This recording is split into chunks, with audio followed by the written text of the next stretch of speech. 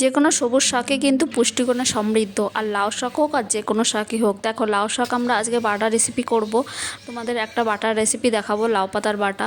সেজন্য কিন্তু আমরা এই শাকগুলো ভালো করে ধুয়ে নিয়েছি এবং এই শাকগুলো কিন্তু ভালো করে ধুয়ে নিতে হবে, কারণ মাঠ থেকে নিয়ে আসা হয়েছে, অনেক ধুলোবালি পড়তে পারে। সেজন্য দেখো এর সঙ্গে কাঁচা লঙ্কা রয়েছে আর 4টে রসুন কুচি রয়েছে। এই রসুন কুচি দিয়ে কিন্তু আমরা লাউ পাতা বাটাটা করব। দেখো কড়াইটা গরম হয়েছে কিনা সেটা দেখে নিতে হবে, তারপর কিন্তু তেলটা দিয়ে দিতে হবে। দেখো তেল দেওয়ার আগে কিন্তু আমি তোমাদের দেখিয়ে দিলাম আমরা এই জ্বালানি দিয়ে রান্না করব, অর্থাৎ এখানে রয়েছে হলো পাটকাঠি রয়েছে এবং যে বড়েটা দেওয়া হয় বাড়িতে সেটা রয়েছে। দেখো তেলটা দিয়ে দেওয়া হলো। এখন এই তেলটা গরম হওয়ার জন্য একটু টাইম লাগবে। তেলটা যখন গরম হবে তখন দিয়ে দেওয়া হলো দেখো কালো জিরে, যেটা কালো জিরে নাড়া হবে এবার কালো জিরাগুলো গরম হয়ে গেলে তারপর রসুন কুচিগুলো দিয়ে দিতে হবে। রসুন কুচি দেওয়ার পর তারপর কিন্তু কাঁচা লঙ্কাগুলো দিয়ে দিতে হবে।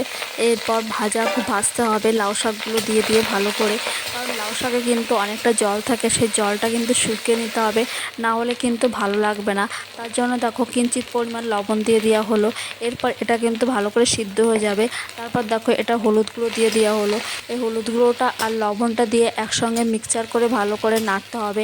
নাড়তে নাড়তে দেখো জল বেরিয়ে গেছে কতটা।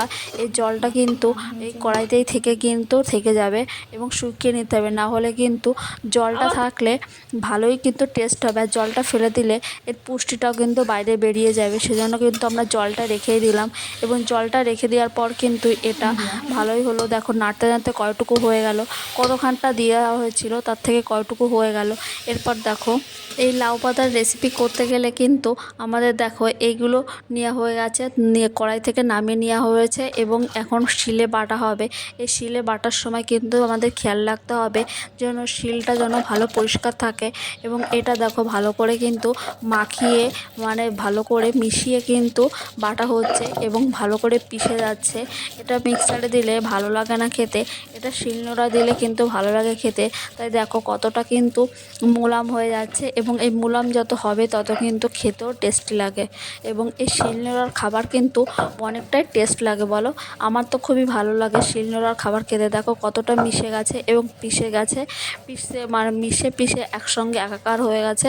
এখন এটা ভালো করে কিন্তু মেখে নিতে হবে মানে ভালো করে কিন্তু যে পাটায় লেগেছিলো সেটা কিন্তু সব এক জায়গায় জড়ো করে নিতে হবে। এবার এক জায়গায় জড়ো করে নেওয়ার পর দেখো কতটা সুন্দর লাগছে। এখন এটা যদি তোমরা গরম ভাতের সঙ্গে খাও তাহলে দেখবে তোমরা 2 থালা ভাত একসঙ্গে খেয়ে নিতে পারবে। দেখো কতটা সুন্দর লাগছে দেখতে।